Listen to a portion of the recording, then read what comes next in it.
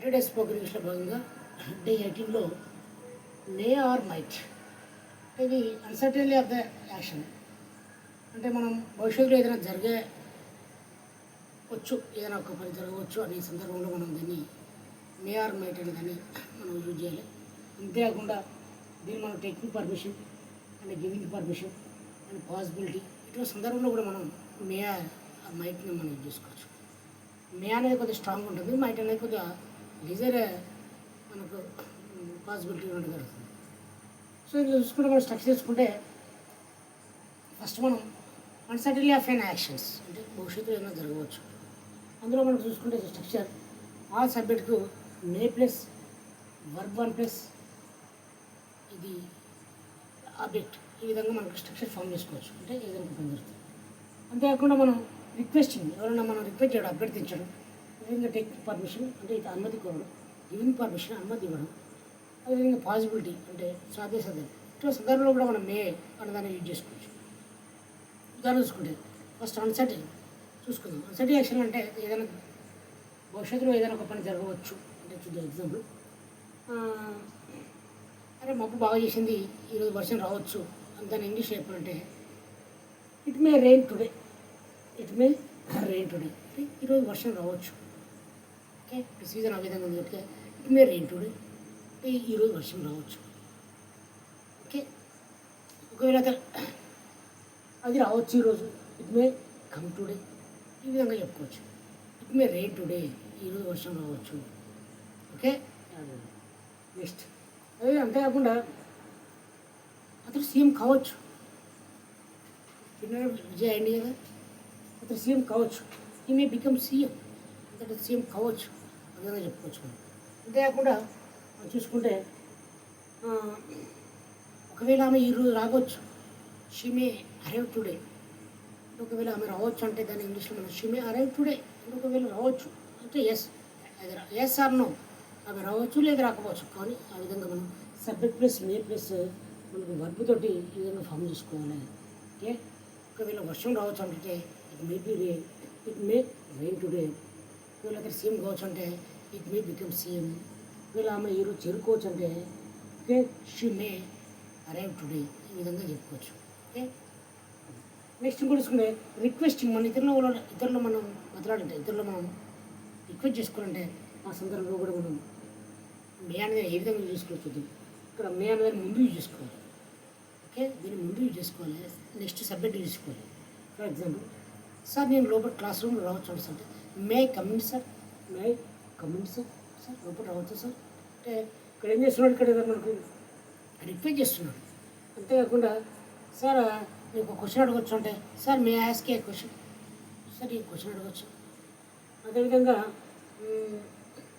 నేను ఆ మ్యాచ్లో పార్టిసిపేట్ కావచ్చు, మే పార్టిసిపేట్ ఇన్ ద మ్యాచ్. నేను ఒకవేళ అందులో పార్టిసిపేట్ కావచ్చు అంటే ఇక్కడికి రిక్వెస్ట్ చేస్తున్నాడు. రిక్వెస్ట్ సందర్భంలో కూడా మే ప్లస్ సబ్జెక్ట్ ప్లస్ ఈ విధంగా మనం వర్బులు యూజ్ చేయడం జరుగుతుంది. టేకింగ్ పర్మిషన్ కూడా ఇదే విధంగా సేమ్. ఈ విధంగా సరే నేను బయటికి వెళ్ళొచ్చు, ఇప్పుడు మే కమిన్ అన్నాడు. నెక్స్ట్ టేకింగ్ పర్మిషన్ అదేవిధంగా ఉంటుంది.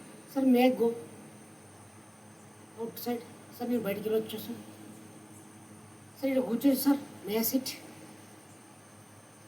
ఇక్కడ అటెండ్ కావచ్చు, మే అటెండ్. నేను అటెండ్ కావచ్చు, మే అటెండ్. ఈ విధంగా మనం చెప్పుకోవచ్చు. అంతేకాకుండా పాసిబిలిటీ సందర్భాలు ఉంటాయి. ఇంతకుముందు చెప్పుకుందాం, వర్షం పడవచ్చు అంటే మేబీ రెయిన్ టుడే. అదేవిధంగా సార్ 2026 ఐపీఎల్లో ఎస్ఆర్హెచ్ ఒకవేళ మ్యాచ్ కప్పు కొట్టచ్చు. SRH may win the May final, SRH ఫైనల్లో విన్ కావచ్చు. నెక్స్ట్ అతను ఆ గోడ ఎక్కొచ్చు, ఈ మే క్లైమ్ ద వాల్. నెక్స్ట్ వారు ఆ ప్లేసెస్ విజిట్ చేయొచ్చు భవిష్యత్తులో. అంటే they may visit the place. ఈ విధంగా మనం ఓకే మే అనేదాన్ని డిఫరెంట్ సందర్భంలో యూజ్ చేసుకోవడం జరుగుతుంది. మళ్ళీ ఒకసారి చూద్దాం. మే అనేదాన్ని మనం అన్సర్టన్ యాక్షన్స్లో ఎక్కువ యూజ్ చేస్తాం. అంటే ఏదైనా భవిష్యత్తులో ఏదైనా పని జరగవచ్చు జరగవచ్చు అనే సందర్భంలో యూజ్ చేస్తాం. అందులో నెంబర్ 1 చూసుకుంటే దీనికి స్ట్రక్చర్ అయితే ఆల్ సబ్జెక్ట్కు మే ప్లస్ V1 ఉంటుంది, వర్బ్ V2 V3 V4 ఉండదు. అదే సో ఎగ్జాంపుల్ చూసుకుంటే ఒకటి మనం పాసిబిలిటీ అంటే సాధ్యాలు. ఈరోజు వర్షం పడచ్చు, అందరూ ఓట్ల కాడ వడ్లాలు ఆడబోసి ఆడ కళ్ళల కాడ ఉన్నారు అందరూ. సో వర్షం పడుతుంది భయంతో ఉంటుంది. ఒక వ్యక్తి అన్నాడు, ఈరోజు వర్షం పడుతుంటే ఇట్ మే రైన్ టుడే అని చెప్పుకోవచ్చు. అతడు సీఎం కావచ్చు, సీఎం కాలే అతడు. విజయ్ సీఎం కాకముందు వాళ్ళు ఏమన్నా అనుకుంటుంటే ఇట్ మే బికమ్ సీఎం, అతడు సీఎం కావచ్చు. అదేవిధంగా అతడు ఈరోజు రావచ్చు, ఈ మే అరైవ్ టుడే, ఈ విధంగా ఇంగ్లీష్ చెప్పుకోవచ్చు. అదేవిధంగా రిక్వెస్ట్ చూసుకుంటే, సార్ నేను లోపల రావచ్చు అంటే మే కమింగ్ సార్ అని చెప్పుకోవాలి. నెక్స్ట్ సార్ నేను ఒక క్వశ్చన్ అడగవచ్చు అంటే మే ఆస్క్ ఏ క్వశ్చన్, ఈ విధంగా చెప్పుకోవచ్చు. నెక్స్ట్ నేను మ్యాచ్లో పార్టిసిపేట్ కావచ్చు అంటే may I participate in the match, అదే చెప్పుకోవచ్చు. అదేవిధంగా టేకింగ్ పర్మిషన్ కూడా ఇదే విధంగా ఉంటుంది.